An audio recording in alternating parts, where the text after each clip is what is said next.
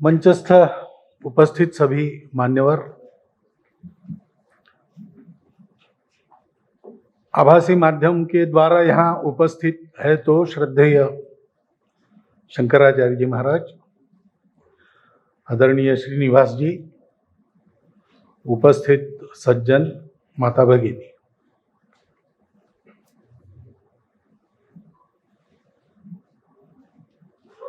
पुस्तक के बारे में तो आपको पूर्ण और यथातथ्य जानकारी जितेंद्र जी के माध्यम से हुई है।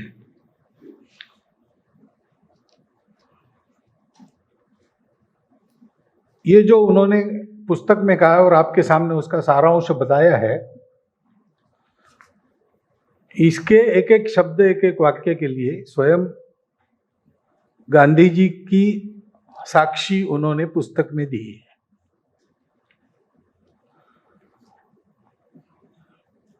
क्योंकि ये गांधी जी के बारे में पुस्तक rise of A Hindu patriot,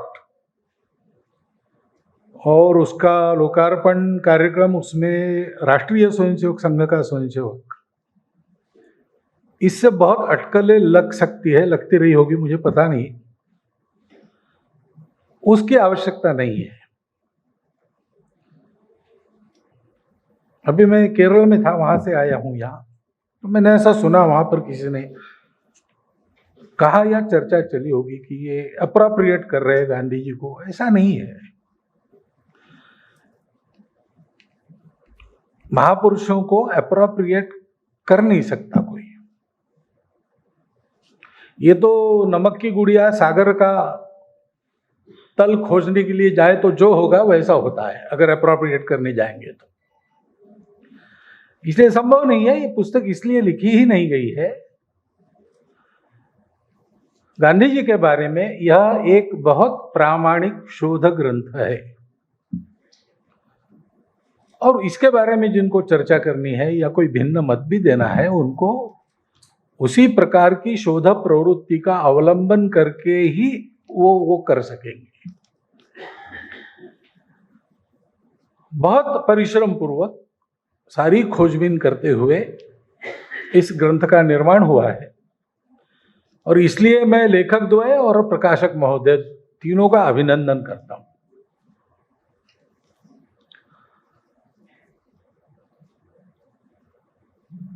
Hindu patriot, ये वदतो व्याघात है भारत में। एक तो हम पहले से ऐसा मानते हैं कि देशभक्त ये संज्ञा कुछ लोगों के लिए, बाकी लोगों के लिए नहीं, ऐसा नहीं। एक प्रवृत्ति होती है प्रत्येक व्यक्ति की, कम से कम भारत में होती है। वो इस भूमि को पवित्र मानता है, इस भूमि को अपना मानता है। तो एक आत्मीयता पूर्वक पावित्र्य की भावना इस भूमि में वो रखता है, वो उसकी पूजा भी करता है। जमीन की पूजा, माटी की पूजा, ये भारतवर्ष के सब लोगों में किसी न किसी रूप में विद्यमान है। परंतु गांधी जी ने जो बात कही है वो गौर करने लायक है। ये देशभक्त तो हम सब है, लेकिन गांधी जी ने कहा कि मेरी देशभक्ति मेरे धर्म से निकलती है।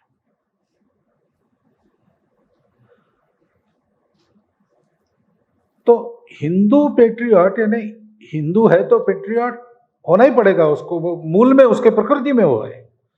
हाँ, ऊपर की राख धूल झाड़कर उसको खड़ा करना पड़ता है। सोया हुआ पेट्रियट रहता है और जागृत पेट्रियट रहता है, ये हो सकता है। लेकिन भारत विरोधी ऐसा कोई नहीं रहता है, भारत द्रोही ऐसा कोई नहीं रहता है। परंतु ये सजगता, कहीं हम फिसल न जाए, कहीं हमारी चूक न हो जाए, ये सजगता तब आती है जब देशभक्ति के बारे में हम स्वयं जागरूक रहते, कॉन्शियस रहते। मैं मेरे देश पर प्रेम करता हूं, यानी क्या? तो देश यानी केवल भूमि नहीं है, भूमि तो है ही, बिना भूमि के भी नहीं है। देश का अर्थ एक अर्थ में भूमि होता है, परंतु जब हम देश कहते हैं तो उसका जमीन, जन, जंगल, जानवर, सब कुछ ये उसमें आता है, और उसकी परंपरा भी आती है, उसका स्वभाव भी आता है। परंपरा में जो कालबाह्य बातें रहती है वो बदलती है, लेकिन परंपरा जिस स्वभाव के कारण बनती है वो स्वभाव चलते रहता है। भारत का नाम भारत ये केवल एक भौगोलिक प्रदेश को दिया हुआ नाम नहीं है, एक प्रवृत्ति को दिया हुआ नाम है। और जब गांधी जी कहते हैं कि मेरी देशभक्ति मेरे धर्म से उपजी है, वो ये भी कहते हैं कि स्वराज्य की मांग करने वाले बहुत लोग हैं, परंतु मेरे मन में प्रश्न है कि स्वराज हम मांग रहे, यानी क्या मांग रहे, उनको पता है क्या? स्वराज्य क्या है? ये जब तक आप स्वधर्म को नहीं समझते तब तक आप समझ नहीं सकते। अब गांधी जी स्वयं बनने के लिए तो उन्होंने किया ही परिश्रम, जो उन्होंने कहा है वो उनका अपना किया हुआ है, वो परोपदेश कुशल बहुतेरे लोगों में नहीं थे। डॉक्टर हेडगेवार ने उनके बारे में 1922 में एक सभा में कहा था, कांग्रेस जनों के सामने ही उनको कहा था बोलने के लिए गांधी जी के बारे में। गांधी जी को जेल में डाला था, तो उस दिन फिर एक गांधी जी के सारे विचारों का स्मरण वगैरह करने के लिए कांग्रेस कमेटी सभा करती थी, तो उसमें डॉक्टर हेडगेवार को बुलाया था वक्ता के नाम। तो उन्होंने ये कहा कि केवल सभा और स्मरण करके काम नहीं होगा, गांधी जी का जो अपने ध्येय सिद्धि के लिए पराकोटि का त्याग है, निस्वार्थ बुद्धि है और प्रामाणिकता है, और ध्येय के प्राप्ति के लिए सर्वस्व समर्पण की तैयारी है, उसका हमको अनुकरण करना पड़ेगा। तो गांधी जी स्वयं उन्होंने जो लिखा बोला है उसका उदाहरण बने ही है। कभी कभी तो पराकोटि की अतिवादिता में जाकर भी बने, ऐसा किसी किसी को लगता है, लेकिन आदर्श जो लोग होते हैं वो ऐसे ही होते हैं। अपने जिन गुणों का वो आदर्श है उसकी अति उनमें रहती ही है, होनी ही पड़ती है, नहीं तो आदर्श नहीं बन सकते, वो प्रकाश नहीं दे सकते। तो गांधी जी स्वयं आदर्श थे, लेकिन अभी बताया कि मैं ये सहन नहीं करूंगा और मैं ये आपको सहन नहीं करने दूंगा। मैं अपने स्वधर्मों को समझकर देशभक्त अच्छा बनूंगा और मैं आपको भी आपके स्वधर्म को समझकर अच्छा देशभक्त बनने के लिए बाध्य करूंगा। ये उन्होंने जीवित कार्य लिया था, और इसलिए उनको जो बात करनी पड़ती थी लोगों की भाषा में करनी पड़ती थी। और जैसा हम सब लोग जानते हैं कि धर्म ये खास भारत का शब्द है, भारत की सब भाषाओं के लिए, भाषाओं में धर्म शब्द है अथवा धर्म के लिए योग्य प्रतिशब्द है। जैसे यहाँ एक चंद्रशेखर सरस्वती स्वामी महाराज का वक्तव्य 15 अगस्त का है, उसमें उन्होंने नाम दिए, वो तमिल में पोरुल कहते धर्म। कल्पना बिल्कुल वही है, कंटेंट में कोई फर्क नहीं है, प्रतिशब्द अलग है, भाषा अलग है, लेकिन दुनिया की भाषाओं में ये कंटेंट देने वाला शब्द नहीं है। पाश्चात्यों ने जब इसको समझने का प्रयास किया तो उनको ऐसा लगा कि इसमें यम नियमात्मक आचरण है, यानी आचरण के नियम है, इसलिए दिस इज रिलीजन। रिलीजियो यानी बांधना, बांध कर रखना, बाध्य करना, बांध कर, पहले ये अर्थ था लैटिन में। बाद में ये बाध्य करने वाला कंटेंट थोड़ा ढीला हो गया और एक लीक, रिलीजियो, ऐसा उसका अर्थ हो गया। तो हमारे यहां उसको संप्रदाय कहते हैं, हमारे यहां उसको पंथ कहते हैं, लेकिन रिलीजन शब्द चलता था, इसलिए गांधी जी ने उसका उपयोग किया होगा, मुझे मालूम नहीं ऐसा ही है कि नहीं, आपको जितेंद्र जी बताएंगे। लेकिन गांधी जी का और एक वाक्य है कि मेरा धर्म बंद धर्म नहीं है। मैं भाव बता रहा हूं, आपको इसमें पुस्तक में मिल जाएगा वाक्य। मेरा धर्म तो सब धर्मों का धर्म है। My religion is religion of all religions. अब ये क्या चीज है? क्योंकि रिलीजन तो एक लीक है, उसकी और कोई रिलीजन नहीं हो सकता। उसका रिलीजन अपने अपने आप में विशिष्ट है। थोड़ा आपने उसमें अंतर किया तो आपका दूसरा रिलीजन हो गया, वो रिलीजन नहीं हो सकता। सभी पंथ संप्रदाय, वैष्णव हो, शैव हो, शाक्त हो, देवता निश्चित है, कर्मकांड निश्चित है, पुस्तक निश्चित है, गुरु निश्चित है, वैसा आप चलो। उसका और रिलीजन नहीं हो सकता। लेकिन गांधी जी कहते हैं तो उसका मतलब क्या है? मतलब यह है, गांधी जी को कहना है धर्म, लेकिन अंग्रेजी में प्रतिशब्द नहीं है। भारत के सारे पंथ संप्रदायों के मूल में एक सत्य है, वो अनुभूत सत्य है, वो थियराइजेशन नहीं है, वो रियलाइजेशन है। और रियलाइजेशन की परंपरा अभी तक चल रही है, आगे भी चलेगी। रायचंद्र जी के बारे में आपने कहा कि ऐसे लोग थे नहीं, ऐसे लोग आज भी है। यूनिटी ऑफ एग्जिस्टेंस, और इसलिए acceptance and respect of all diversities, ये हमारे यहां अनुभूति की बात है। ये हमारी पॉलिसी नहीं है, ये सत्य है, ये हमारी श्रद्धा का विषय है। भारत के सब संप्रदायों के मूल में इसको माना है, एक से अनेक बना है। विविधता में एकता नहीं, एकता की ही विविधताएं हैं। और इसलिए मैं रिलीजन के नाते मैंने जो लीग चुनी है उसमें चलूंगा, उसका गौरव भी मन में रखूंगा, उस पर पक्का रहूंगा, और दूसरी लीग में चलने वाले दूसरे रिलीजन के लोगों को भी उतना ही सार्थक सत्य मानूंगा। उनके लीग का आदर भी करूंगा, उसका स्वीकार भी करूंगा। लीग अलग है इसलिए हम अलग नहीं है, लीग अलग है इसलिए हमारा झगड़ा नहीं हो सकता, हम मिलजुल कर रह सकते हैं। ये भारत के सब विचारों के मूल में एक प्रस्थान बिंदु सबका समान है। फिर अलग अलग हो सकता है और परस्पर विरोधी भी हो सकता है, लेकिन कंक्लूजन ऐसा है। इसलिए मनुष्य ने कैसे जीना चाहिए वो सबका समान है।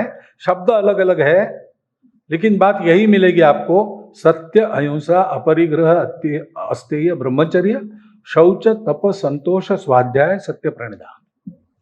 जो भगवान को मानते हैं वो ईश्वर प्रणिधान कहते हैं। और इसलिए जब हम कहते हैं रिलीजन ऑफ रिलीजन्स, तो लगता है गांधी जी के मन में यह है कि पूजा आपकी कोई भी हो, कर्मकांड आपका कोई भी हो, गुरु किताब कोई भी हो, लेकिन सब एक है, इसलिए सबको अपना मानकर चलना चाहिए, मिलजुल कर रहना चाहिए। Difference doesn't mean separatism.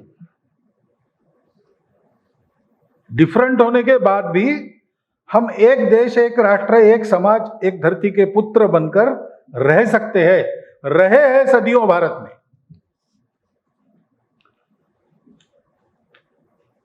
और आपकी लीग कोई भी हो, आपकी पूजा किताब कोई भी हो, लेकिन आपको इसका पालन करना चाहिए। सत्य, अहिंसा, अस्तेय, अपरिग्रह, ब्रह्मचर्य, शौच, तप, संतोष, स्वाध्याय, सत्य, प्रणिधान। इसको भारत में धर्म कहा गया है। इसके लिए प्रतिशब्द नहीं है, वो भारत नहीं है। और भारत की सभ्यता, भारत का विचार, भारत का स्वभाव और बाकी दुनिया का स्वभाव, इसमें अंतर है। उसको गांधी जी स्पष्ट रूप से कहा है, हिंद स्वराज में भी कहा है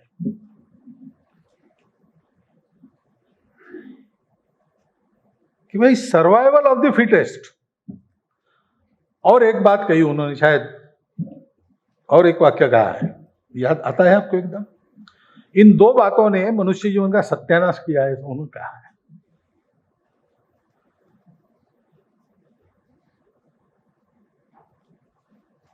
तो इन्होंने सत्यानाश किया तो चल तो वही रहा है ना, उसी पर आधारित सारा विचार है। गांधी जी ये समझते थे स्वतंत्रता की लड़ाई ये केवल राज्य में बैठे लोगों को बदलने की लड़ाई नहीं है,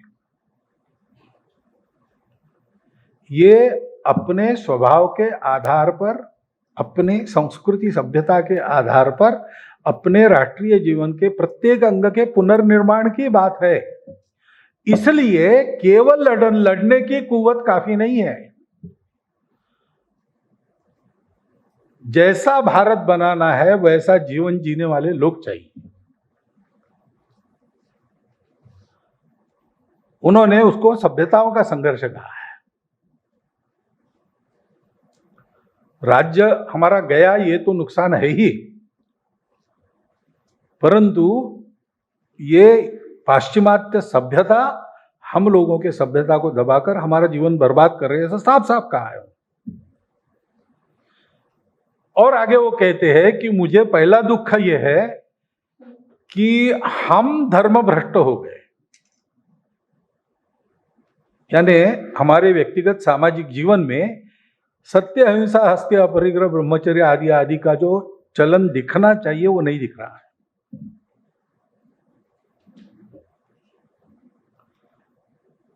वो मुझे आश्चर्य लगता है। डॉक्टर एडगर ने ऐसे ही विचार किया, ये दूसरों को दोष मत दो, आपके जीवन में कुछ कमियां है इसलिए ऐसा हो रहा है। आपके होते हुए आपका देश गुलाम हो गया, आपको गुलाम किया गया। आपके होते हुए आपको एक समृद्ध समाज से एक गरीब, एक कंगाल समाज बना दिया गया। ये आपने होने दिया, इसका मतलब आप में कुछ कमी है, पराक्रम की कमी है, किसी बात की कमी है। उन कमियों को दूर करो। दूसरों को दोष नहीं देना, अपने को बनाना। अब गांधी जी के इन उद्गारों में मुझे उसी विचार का प्रतिबिंब दिखता है।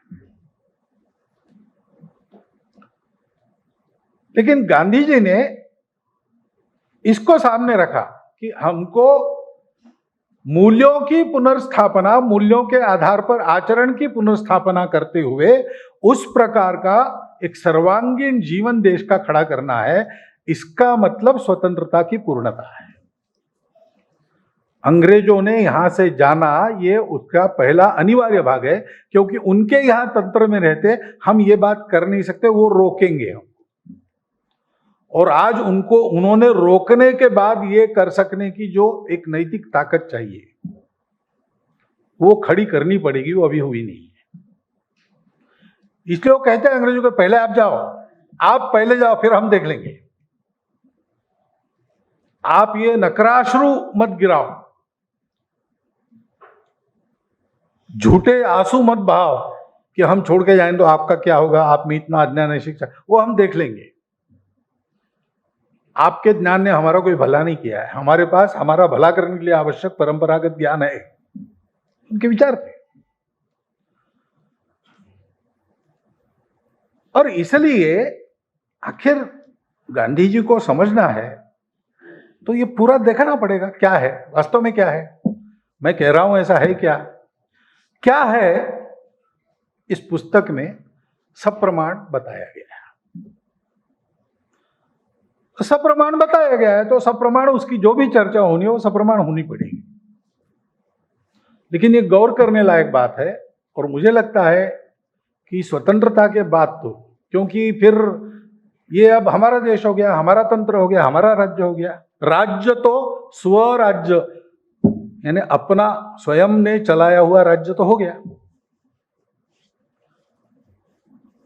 तो उस समय हो सकता है कि अंग्रेजों के खिलाफ निशस्त्र सत्याग्रह वगैरह वगैरह यशस्वी नहीं होगा। ऐसे लगने वाले लोग होंगे, प्रामाणिक लोग होंगे, थे ही।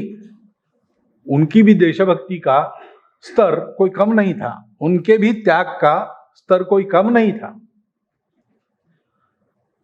लेकिन अब तो ऐसा कोई नहीं है कि जिसके बारे में ये कहा जाए कि इनको तो हमको ऐसे ही करना पड़ेगा, अहिंसा यहां नहीं चल सकती। तो अब हमको, यानी ये गांधी जी ने तब सोचा, स्वतंत्रता के पहले की बात है। लेकिन मैं ऐसा मानता हूं कि ये गांधी जी का आग्रह और ये मूल्य आज स्वतंत्रता के बाद हमारे लिए ज्यादा विचारणीय, अनुकरणीय, अनुसरणीय मूल्य है। और इसको हम कर नहीं सक रहे, ये दिखता है। जाप तो इसका रात दिन चलता है सर्वत्र। इसको करना चाहिए प्रत्यक्ष, वो नहीं होता। इसका कारण क्या है? तो ऐसा आचरण करने के लिए जो चाहिए, पहली बात है निर्भयता। जब तक डर है एक दूसरे के बारे में मन में, तब तक समदृष्टि संभव ही नहीं। ये तत्वज्ञान तो ठीक है, सब अस्तित्व में एक ही तत्व है, लेकिन मेरे भौतिक अस्तित्व को आप समाप्त करेंगे ऐसा मुझे डर लगता है, और मेरे होने से आपका अस्तित्व समाप्त होगा ऐसा आपको लगता है। ये डर जब तक है तब तक सौदे हो सकते हैं, एकात्मता नहीं हो सकती।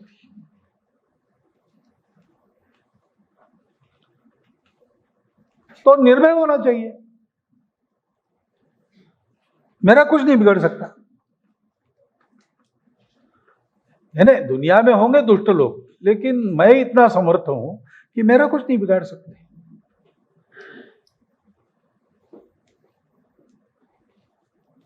गांधी जी ने एक बार कहा कि अगर हिंसा पूर्वक हिंदुओं को बदल दिया जाता है तो भी मैं हिंदुओं को कहूंगा कि प्रतिकार मत करो। ऐसा करते करते सब हिंदू समाप्त होंगे, मैं अकेला रह जाऊंगा, तो मैं हिंदू इस नाते हिंदू धर्म की गौरवता का उच्च रव से गान करूंगा और हिंदू का गौरव उसमें मानूंगा। और मुझे भी अगर ऐसा किया जाएगा तो मैं मरते दम तक हिंदू धर्म में पक्का रहूंगा, छोड़ूंगा नहीं। ये उनकी निष्ठा थी।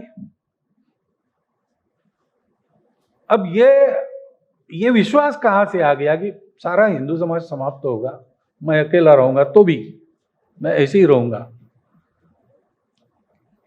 ये उनमें आता है जो समझते हैं कि हमारा धर्म अध्यात्म आधारित, सत्य आधारित होने के कारण वो शाश्वत है, वो जा नहीं सकता, मिट नहीं सकता। मन में ये निर्भयता चाहिए।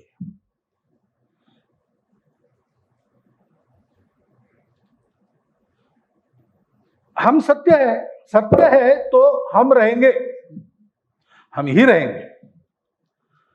तो फिर अगर हमको कोई समाप्त करने का प्रयास किया है तो उसके बारे में एकदम क्रोध नहीं आता।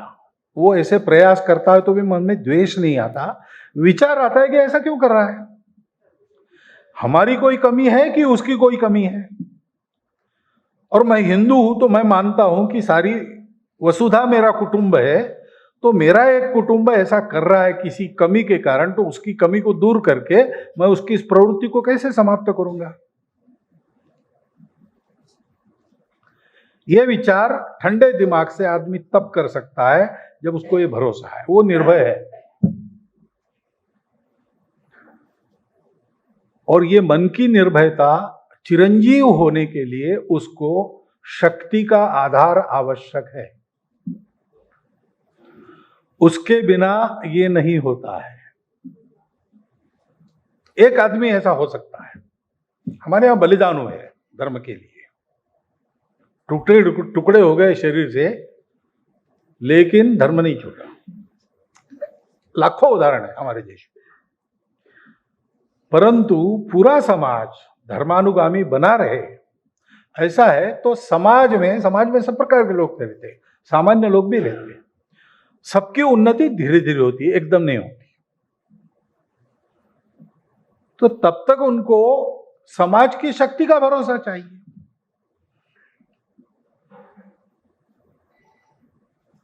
सत्य के साथ शक्ति चाहिए।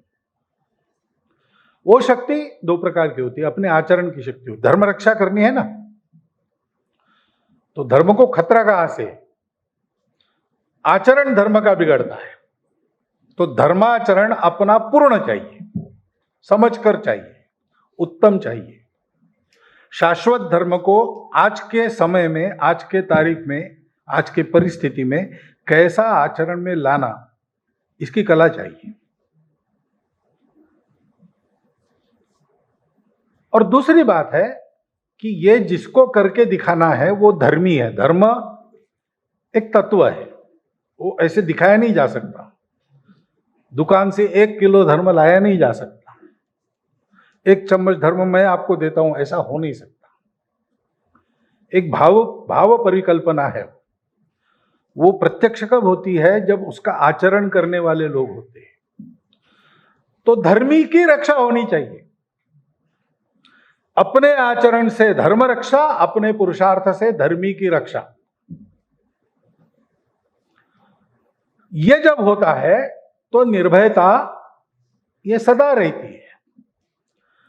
परिस्थिति के उतार चढ़ाव के जो धक्के थपेड़े मिलती है, उसका उस पर परिणाम नहीं होता।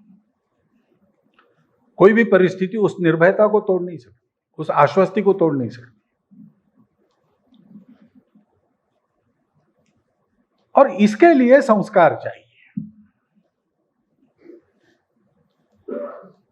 संस्कारों के लिए अपने स्व की भूमि का अध्ययन चाहिए, स्वाध्याय चाहिए, जैसा गांधी जी ने किया।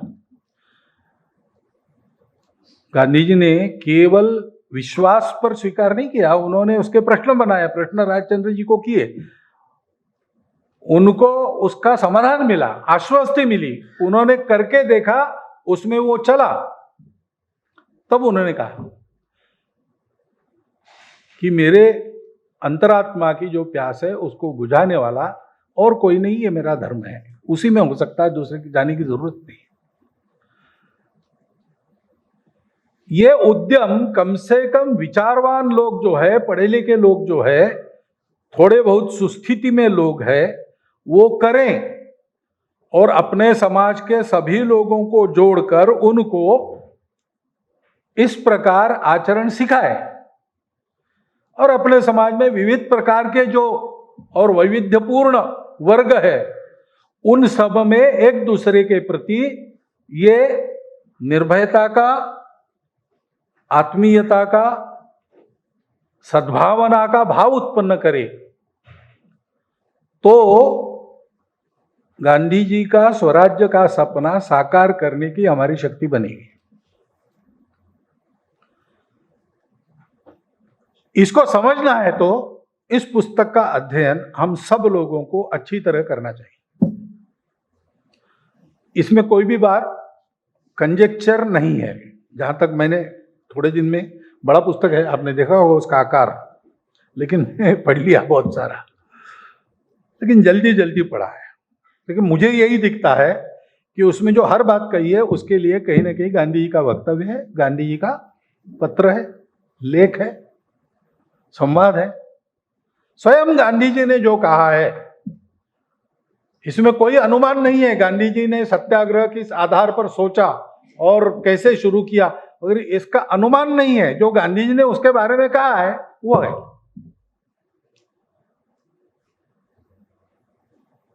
तो हमारे आधुनिक भारत के निर्माताओं में अग्रणी, सर्वत्र जिनका आज भी प्रभाव है, ऐसे महात्मा गांधी जी का वास्तविक मंतव्य क्या था, ये समझने के लिए इस पुस्तक को खरीदना, पढ़ना, पढ़वाना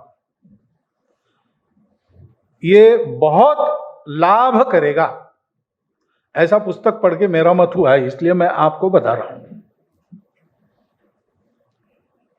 गांधी जी को हम पढ़ते हैं, समझते तो लाभ होता ही है, लेकिन इस दृष्टि से विचार करके और अपना कुछ न लिखते हुए, गांधी जी ने जो लिखा है, जो बोला है, उसी को आधार बनाकर इस पुस्तक की रचना हुई है। और इसलिए मैं मानता हूं कि गांधी जी के विचार का एक ऑथेंटिक, स्कॉलरली, रिसर्चफुल कमेंट, इस दृष्टि से उस पुस्तक का महत्व है।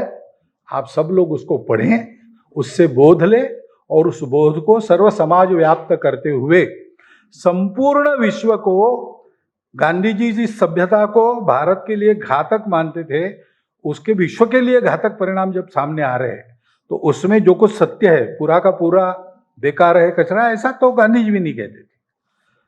लेकिन जितना दम है उतना रख के बाकी निरुपयोगी हटाकर उसको भी उत्क्रांत होने का एक अवसर देते हुए संपूर्ण विश्व को सुख शांतिपूर्ण विश्व बनने का मार्गदर्शन करने वाला भारत खड़ा करने की ताकत वाला समाज हम बनेंगे।